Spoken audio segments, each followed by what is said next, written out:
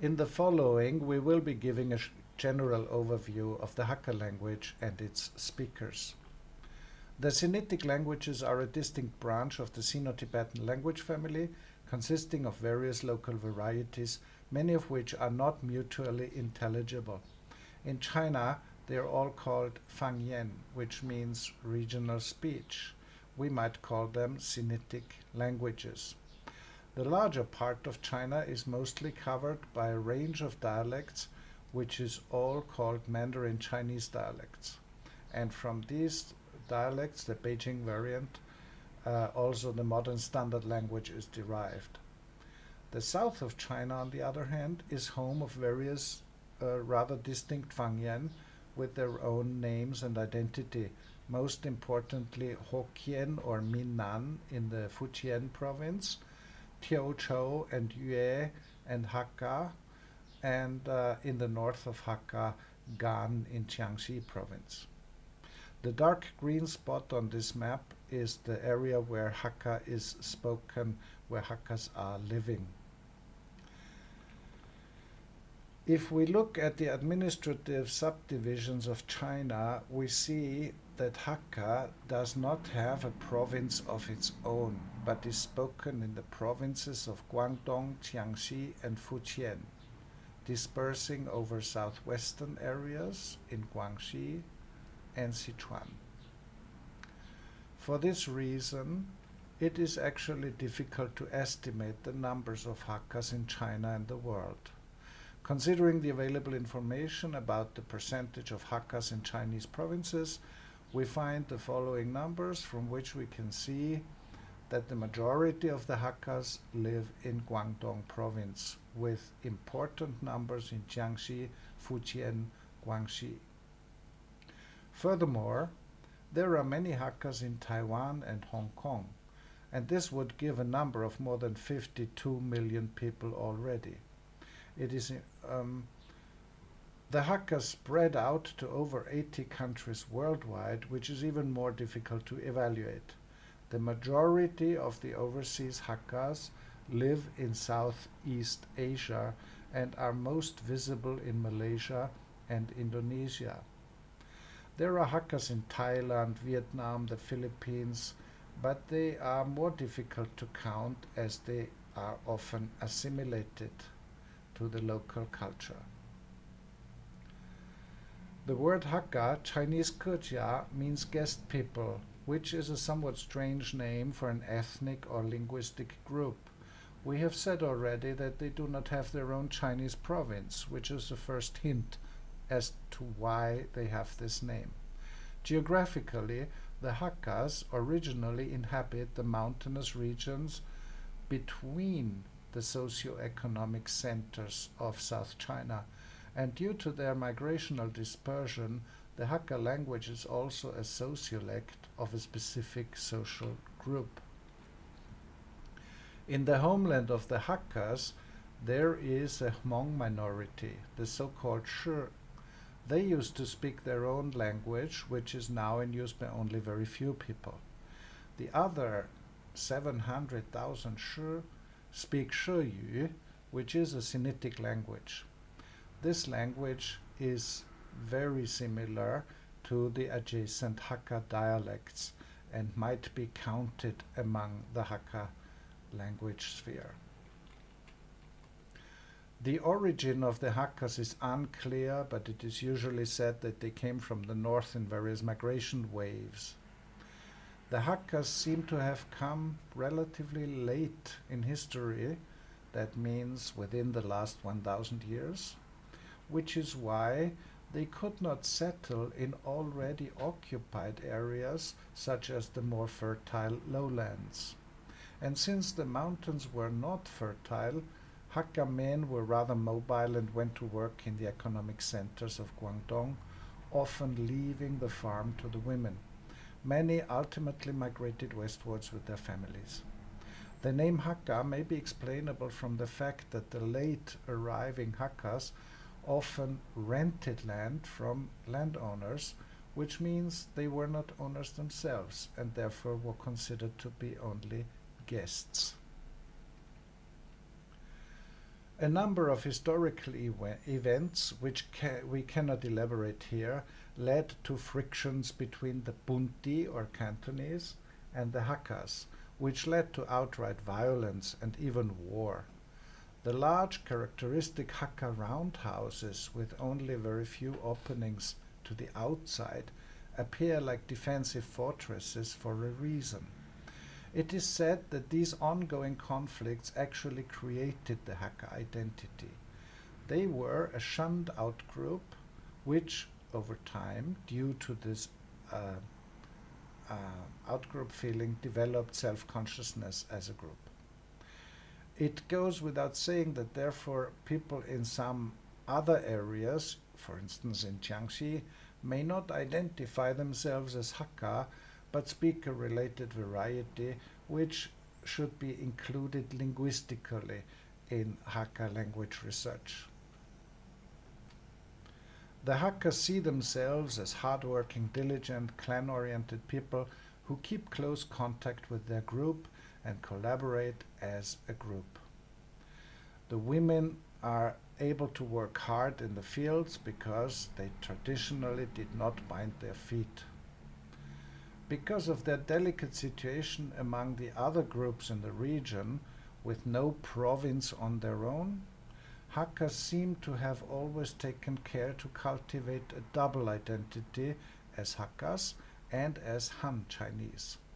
And this loyalty to China led to many Hakkas playing important roles in politics. Beside the above-mentioned roundhouses, Hakkas are routinely known for the so-called Hakka mountain songs, a custom which previously served as a means of communication between the mountain hills. The Hakkas partly have their own cultural traditions. In Singkawang, Indonesia, the Hakka Chinese Cap Gome festival on the 15th day of the Chinese New Year attracts many tourists. It has become a prominent cultural event. The Hakkas are one of the larger immigration groups from China. Most Hakkas moved to Taiwan and Southeast Asia, but also spread worldwide, for instance to Suriname. Hakkas who emigrated early in history often mixed with local populations and developed distinct cultures and sometimes creoles or mixed languages. The Peranakan in Malaysia and Indonesia or the Hakkas of Bangka Belitung Islands are examples for that. Hakkas were very good at land reclamation, and their closed group practices helped create administrative structures. They were miners and cultivators of borderlands, and they connected the political powers at the coastline with the native people in the jungle. But let us turn towards the language now. A language of 50+ million speakers has dialects of its own. Being a non-standardized language, we can assume there is a dialect continuum without a center. Conventionally, Malaysian is nowadays considered to be the cradle of Hakka language. It is a de facto standard.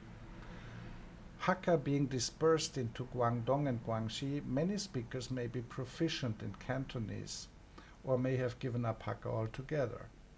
It is known from Hong Kong and Macau that only old people still speak Hakka today. The Sinitic languages in China could be compared to Romance languages insofar as both groups derived from one imperial language and then diverged. It is therefore interesting to compare the various languages to each other, which is relatively easy to do in the multilingual situation of Malaysia. The following is a translation of a sentence into Malaysian English, Hakka, Cantonese, Hokkien, and Malaysian Chinese. And it contains a loan word from Malaysian, hutang, and in English it contains a loan word from Cantonese, chapvodim. So, when English speakers would say, last time we go to chapvodim by Tingsa, kenodangwan, this would be in Hakka, kyo by ngadyo hi chapvodiam mai tungsi, he yute to tange, and very similar in Cantonese or Hokkien, or in Malaysian Mandarin, which is influenced by these South Sinitic substrates. 以前我们茶茶货店买东西，是有的有当的。As in other parts of the world, the first to work on the grammars were missionaries, learning the local languages. Before all, the Basel mission was working on Hakka dictionaries and grammatical notes, as well as Christian translations. In modern linguistics, the first grammatical description was made by Hashimoto in 1973 on the basis of one Malaysian speaker. In 1993, a Chinese scholar, He Gongyong, wrote a Hakka grammar in Chinese language. Otherwise, Hakka is of interest for historical linguistics of Chinese. Instead of going through phoneme tables and so on, let us just get the feeling for the pronunciation of Hakka. Let's read these few sentences and compare them to standard Chinese. 我今年从来过年，我今年回来过年。我来派红包，我来派红包。顺便收红包，顺便收红包。One of the more striking phonological features of Hakka is the existence of coda consonants, which are altogether absent in Northern Chinese. One can certainly establish phonological correlations between Standard Chinese and Hakka. So lai is loi, and yao is oi, and ai is oi, for instance. And he is ho, and ge is ago. And sometimes there are different lexemes as shuo and gong. There are 8 tones in Hakka. 2 are called checked tones, and they are related to these coda consonants. Again, it makes no sense to give the system here because it diverges between the dialects. In the romanization of Hakka, numbers are usually used to represent the tone contours on a scale from 1 for low to 5 for high. Let us discuss a few grammatical aspects, not systematically, but in a few selected examples. Word formation is certainly very similar to other Sinitic languages. For instance, the suffix ga is the Chinese jia, is a derivation for agentive nouns. Yin Yan Hakka, the linguist, Yu Yan Xue Jia. Similarly, Xinsang and Xianshang are the same word, distinguished only by phonology. There are the usual complex rules for reduplication, but one more peculiar feature is the reduplication of meaningless syllables following a noun and giving a special meaning to this noun. So gyok yak ya means spreading legs widely, or mukmimi means looking with eyes half closed. Many differences come more from usage habits. If, for instance, one would translate I am a teacher, Chinese 我是老师, into Hakka, one can perfectly say 我係先生. However, Hakka speakers would more often say 我係教書嘅, I am teach book 1. And this gaoshu, of course, correlates to Chinese jiaoshu and is known in Chinese as well. The construction he and ge is structurally similar to the Chinese structure 是的. One can test it with other instances. I'm a car seller. Ngai he mai tae. I'm a taxi driver. He's a taxi driver. Gi he su taxi e. And so on. Gendered suffixes. This is one other peculiar feature of Hakka, which the speakers are conscious of, the gendered suffixes for nouns.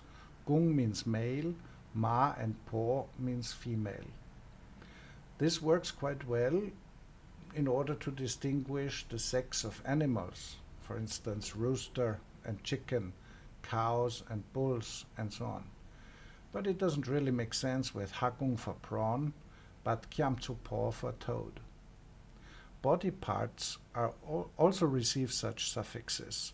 Ngikung, the ear, is male, but setma, the tongue, is female. Nengu, the breast, is male. And then words such as thunder and sky are male, but knife and ladle are female. Let us keep in mind the two last words. Wokma, the wok, is female, and vongung, the bowl, is male. Chiu, 2006, wrote an article about the meanings of these suffixes. And she comes up with the explanation that ma is used for soft, sunken, hollow objects and things people cannot see, which are implicit. So, for instance, wokma, the wok, remains in the kitchen, but vongung goes to the dining table and is male. Male is the opposite, stand for upright things, protruding objects, something people can see, something which is explicit. Ma can also stand for small things and gung for big things. There are even more uses of these suffixes which we cannot describe here. The personal pronouns of Hakka are as follows: ngai, ngi, gi, ngadyungin, ngidyungin, gidyungin. There is no differentiation between inclusive and exclusive plural. The possessive pronouns have slightly different forms, nga, nya, gya. They can be followed by a ge, which is the equivalent of de. It can be nga ge or ngae. The basic syntactic word order is subject, verb, object, and there is optionality of all components if they can be implied. So let us read a few simple sentences. Ngi hiao gong hakka fa mao, ngai hiao gong hakka fa. Is hiao gi gi. Many aspects of grammar are similar in the Sinitic languages, so we also find topic prominence, where a topicalized element can be moved to the front of the sentence. Hakka sentence: Mun fung chui hi bang bang gun. The door, the wind blew, made bang bang sound. Or Kim Tsai a boy chu toi yi tong cha bun gi. Kim Tsai, a boy bought the car, give him.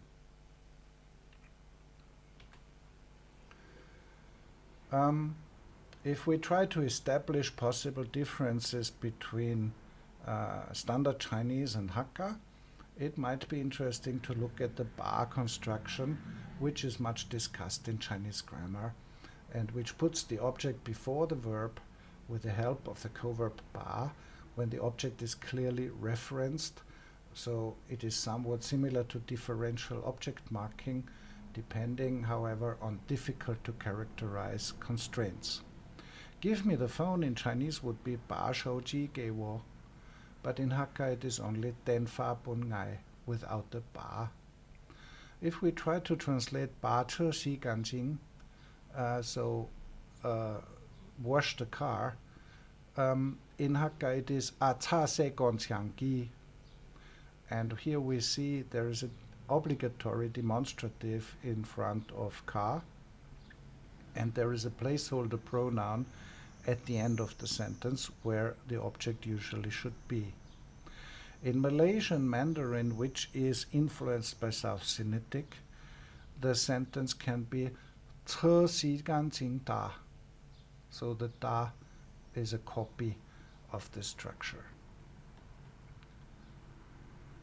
If we use another example, 把车子买了, sell the car, this again in Hakka is 茶買回記. But there are alternatives such as 茶拿來買回記 with serial verbs. Or to read the following full sentence, 老夫茶買回, 我要愛錯把茶. Here the demonstrative and the placeholder pronoun are missing now. And ta can simply be put between subject and verb. But ta, of course, is a blend between English bus and Hakka car. This example is from Malaysian Hakka. It turns out there are more coverbs which can have partially the functions expressed by ba. For instance, det or lao or jiong. And jiong leads us back to the ba construction because Chinese jiang can actually replace ba in formal writing, therefore might be considered more elegant, more archaic, older. Let us look at data. In Malaysia, an old lady said, "Ngadyo oi chiong apa atsak cao pai gua gao gao." So we want the father's signboard hang high using jiong. In Sabahan Hakka, in Sabah, we find Pongi Kepin Gon Yim, which is help you relate to Guan Yin, which means you relate, or for you relate to Guan Yin. Kepin Yuk Vong Tai Di, you know, somehow Gon Yim Lao Ngai Kao Yu Yen Lo. Lao in this case has the usual meaning of with and not of ba. Nga ma chiu chiong ngai hi kepun Gon Yim Lo. My mother related me to Guan Yin. That is a ba function. And in Singkawang, we got another verb in another Hakka dialect. Nga lokung kak ngai mo fit ki chiao liao. So my husband, kak, my motorbike, rode. Speaking of ba, maybe we can speak of the bei construction, which is called a passive in Chinese. There is no bei in Hakka, but bun, to give, can play that role additionally to the functions that gei or bun already has. He, in his grammar, gives the example sam bun gi talan la. So shirt, give he, torn. The shirt by him torn. But often this bun construction can be omitted. Gia ca mai hoi, his car sold. Otherwise, bun has a number of functions. Trying to translate the ba sentence in Indonesia led to a passive construction. 我把他的书弄不见了 was the input sentence. I lost his book. And the answer was, Gia shu bun ngai miet kian het. So, his book, by me, make not see. This sentence could be rendered as ngai chin ngen gia su hoi, which would be the active construction without any special marking.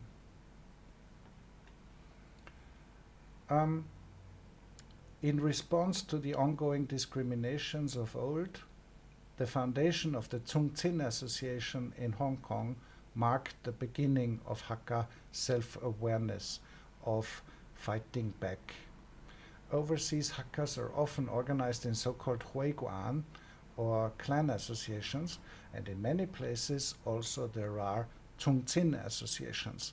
These associations reflect the collaborative spirit of the Hakkas.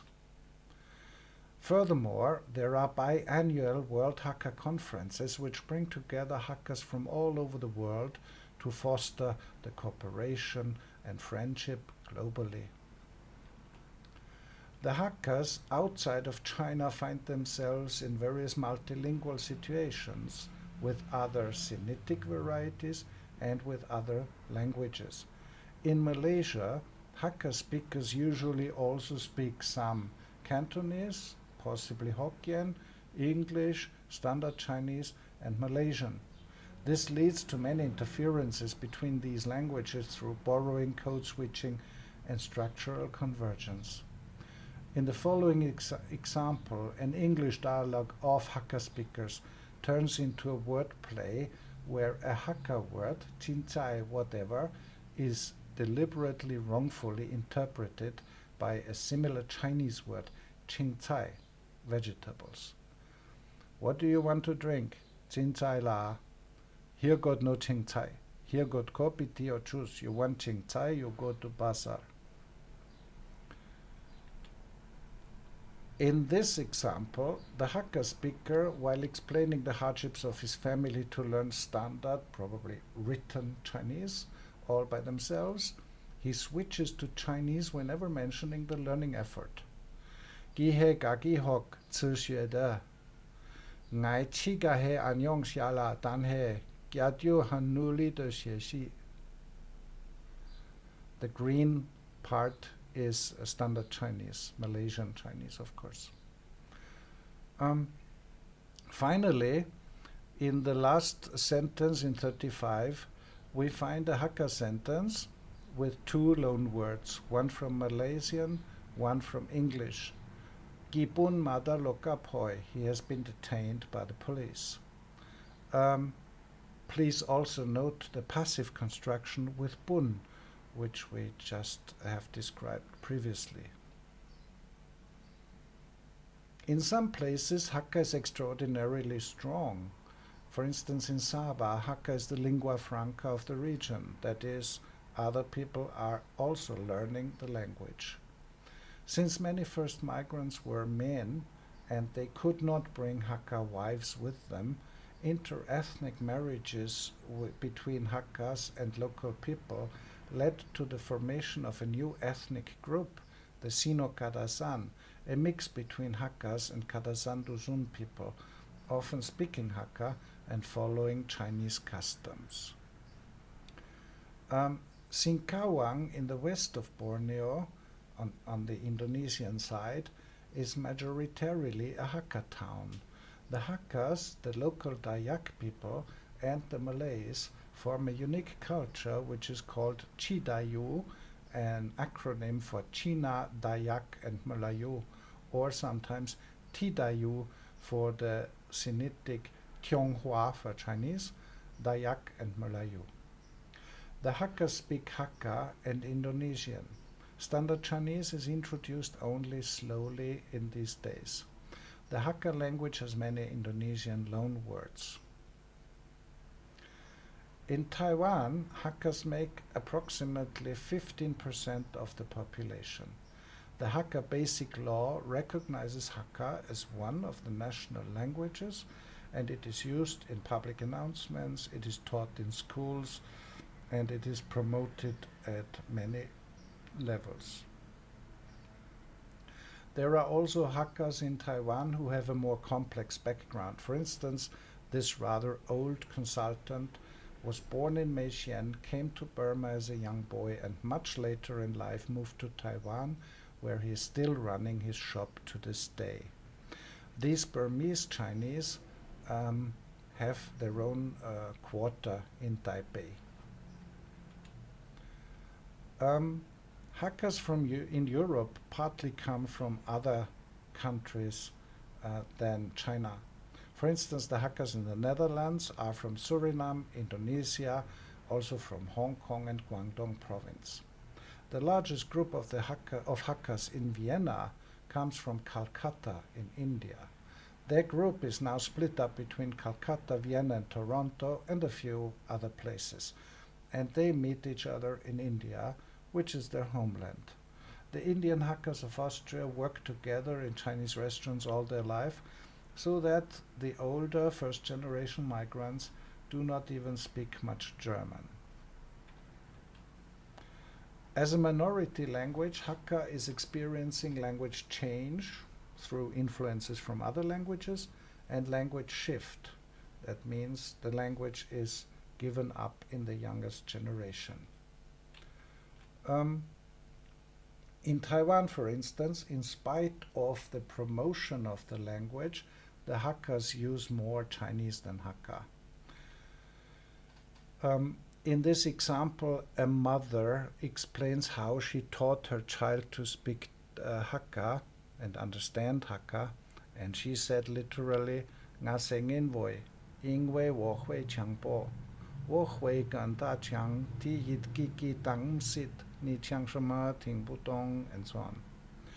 As we can see, she uses both Hakka and Standard Chinese, and she uses this code switching quite creatively by playing her role as a Hakka speaker and the not understanding part by her child. The young Hakka teenagers in Vienna are quite good at speaking Hakka because Hakka is their family language and they grew up speaking Hakka. But certainly German is their stronger language and they are to be considered weak speakers.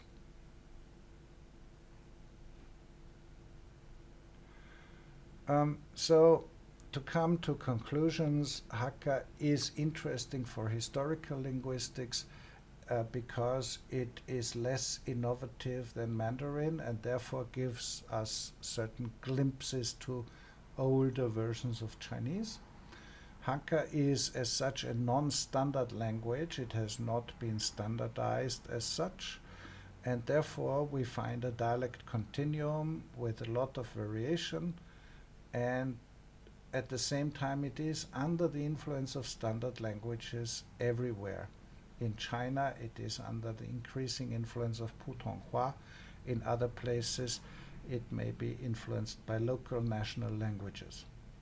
This seems to lead to rapid language change through borrowing, code switching, convergence of patterns, and it seems to be no longer learned as a first language by the youth in most parts of the world.